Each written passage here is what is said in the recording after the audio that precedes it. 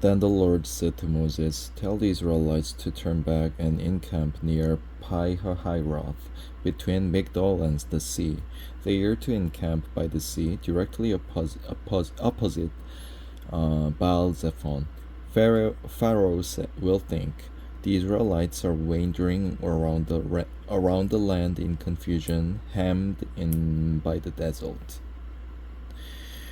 And I will harden Pharaoh's heart, and he will pursue them.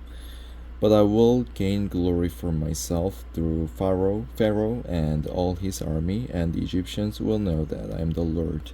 So the Israelites did this. When the king of Egypt was told that the people had fled, Pharaoh and his officers changed their minds about them and said, "What have we done?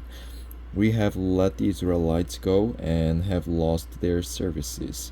So he had his chariot made ready and took his army with him. He took 600 of the best chariots along with all the other chariots of Egypt, with officers over all of them. The Lord hardened the heart of Pharaoh, king of Egypt, so that he pursued the Israelites, who were marching out boldly.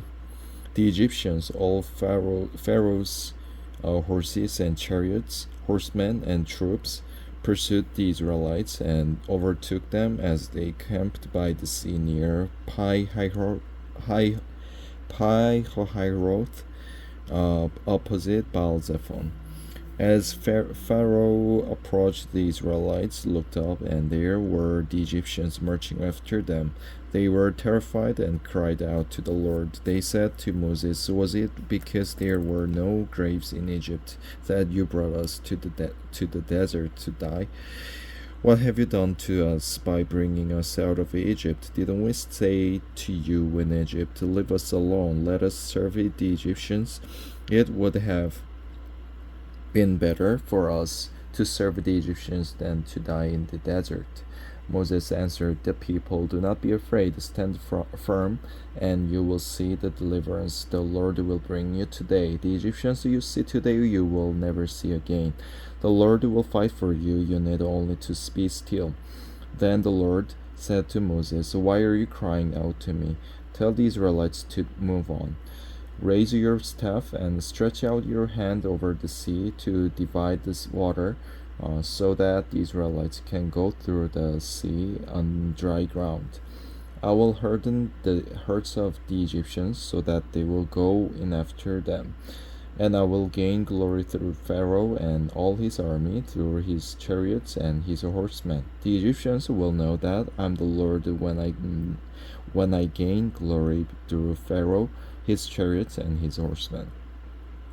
Then the angel of God, who had been traveling in front of Israel's army, withdrew and went behind them.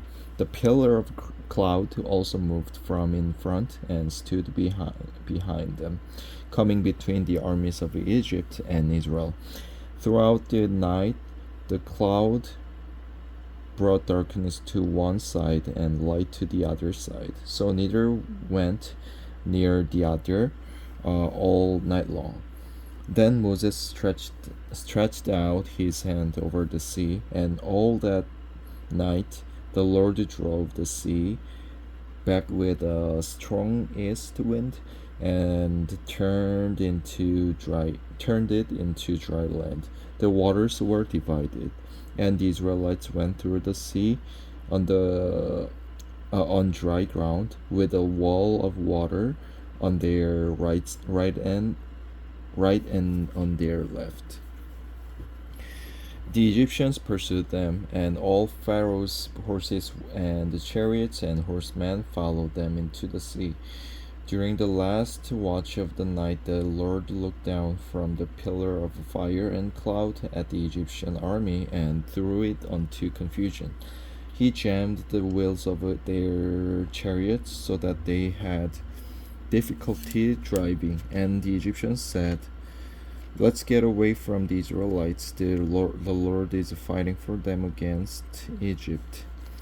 Then the Lord said to Moses, Stretch out your hand over the sea so that the waters may flow back over the Egyptians and their chariots and horsemen.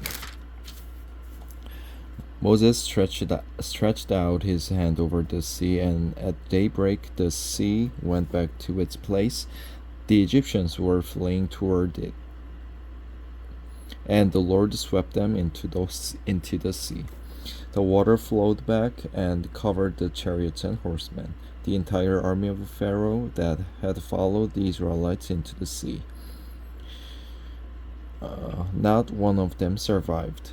But the Israelites went through the sea on dry ground, with a wall of water on their right and on their left. That day the Lord saved Israel from the hands of the Egyptians, and Israel saw the Egyptians lying dead on the shore. And when the Israelites saw the mighty hand of the Lord displayed against the Egyptians, the people feared the Lord and put their trust in him and in Moses, his servant.